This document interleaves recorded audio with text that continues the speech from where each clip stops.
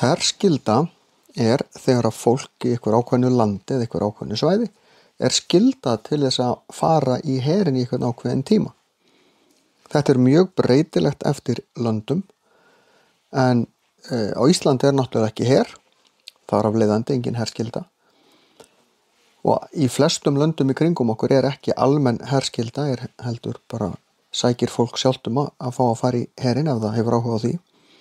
En í sumum löndum, eins og til dæmis Ísrael, þar fara allir í gegnum ákveðna þjálfun í hernum og þar er ákveðin herskylda þegar fólk er ákveðnum aldri og er í raun bara hluti af skólakerfinu. Nánast hortað á þannig. Og það er allir cirka 2 árum þar í hernum og svo halda sumir áfram og meðan aðrir fara í eitthvað annað nám eða bara út á vinnumarkaðinn. Þetta er okkur pínulítið fjarlægt af því eins og ég sagði, við erum ekki með neinn her.